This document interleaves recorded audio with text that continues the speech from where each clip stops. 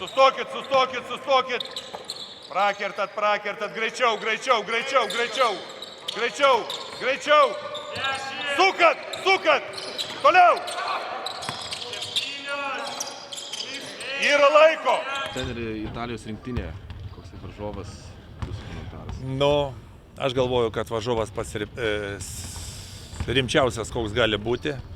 Aišku, varžovų niekada negali pasirinkti ir nėra tikslo rinktis ir nėra ko galvoti, bet galvoti, kad tai bus silpnas varžovas, kada jie namo įsiuntė, sakykime, Turkiją, Rusiją, kada jie aplošė Graikiją irgi namo įsiuntė ir po to dar į Ispaniją, tai tik tai naivoliai gali. Tenai mes galim kalbėti, ten sudėtis, nesudėtis, bet tai yra faktas. Jie tik pabaigose pralošė rungtynės kroatam ir slovenam, ten epizoduose. Taip, kad žaidžia labai tokį, sakyčiau, visiems neparankų krepšinį, paprastą krepšinį, daro labai mažai klaidų ir kada jų diena labai sunkiai sustabdomi. Daug žaidėjų gali ir pataikyti, ir aštriai žaisti 1-1. Statistiškai žiūrint, pagal pelnamus taškus ten yra 4 žaidėjai, kurie labai išsiskiria. Ar jie ir yra pagrindiniai, ar pakeitimai? Taip, be abejo, jie ir daugiausia žaidžia, ir geriausia susižaidė, ir vienas kitą labai gerai jaučia ir taip toliau. Bet tai nereikia galvoti, kad kiti žaidėjai, kaip sakykime, tas pats naturalizuotas amerikietis ar kiti yra silpni žaidėjai. Paprasčiausia tam čempionate tie galbūt yra geroj formoje ir tokį jie krepšinį demonstruoja. Vakar, kai teko kalbėti su Italijos rinktinės žaidėjais, keliais jie vis akcentuoja, kad yra labai kovinga ir iki galo kovojanti komanda. Ar tas kovingumas išskirskantris iš kitų komandų? Tai yra tiesa, pažiūrėkit, kokias rungtynės jie ištempė prieš ispanus. Aš skaitau, kad sudėtingas.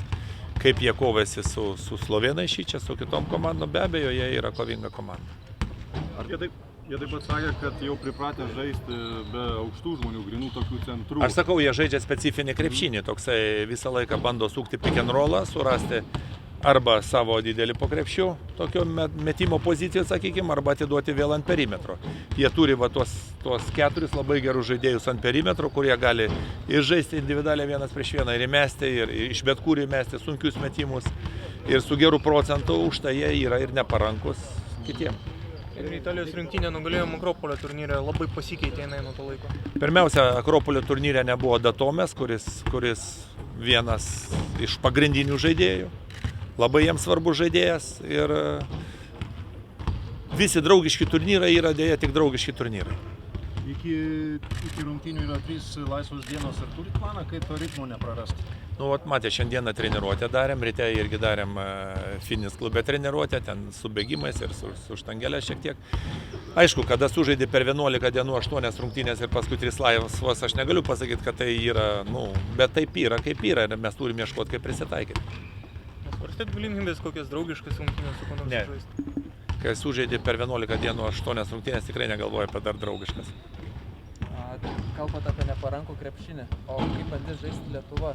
Ar nuo gynybos? Čia dabar rimtai atsakyti, ar juokais? Juokais. Juokais tai atsakysiu taip, mes nesiruošiam tom rungtynėms, skaitom internetą, kadangi yra labai daug patarėjų, tai mums pasakys, kaip mums žaisti. O jeigu rimtai, mes tenksime žaisti savo krepšinį, mums nereikia galvoti, kaip žaisti, kad, sakykime, ten būtinai žaisti per didelius. Jeigu mes tik susikoncentruosim, mes neįmesim savo laisvų metimų, mums uždarys visus tos didelius. Mes turim žaisti savo krepšinį. Ten, kada galim, jeigu esam laisvi geroj pozicijoje, mes turim atakuoti, neperskubant, turim žaisti, tenktis greitai žaisti. Va tokį krepšinį. Čia rimtai dabar atsakiau. Toks klausimas, jūs sakėt, kad nesirinkame varžovus, bet italai rinkosi, vadinasi jūs? Čia jūsų yra tos, kaip čia, palaukit, sąmokslo teorijos. Aš galvoju, kad visos komandos atvažiavusios stengiasi žaisti, nuo pergalių ateina pasitikėjimas ir visos stengiasi laimėti ir jie negalvoja su ko žais. Ir tai yra ne tik pasitikėjimas, tai galų galia tavo šalis, tu nori išlošti pergalę, o tenai galvot, kad specialiai kažkas pralaimė arba laimė, aš to netikiu. Ar esate patenkintas trenerių čempionato organizavimo sąlygomis, kurios yra suteiktos komandos? Sąlygos, yra kaip sąlygos, normalios. Visuose čempionatuose yra tos pačios sąlygos, žinot. Kai 13 dienų su mažu išėjimu viešbutis, analizė ir taip toliau. Maistas normalus, viskas, lova irgi didelė, taip kad. Nieko, čia yra čempionatas ir čia ką čia daugiau kalbėti. Gerai. Gerai. O, šito mums reikia. Stop čia.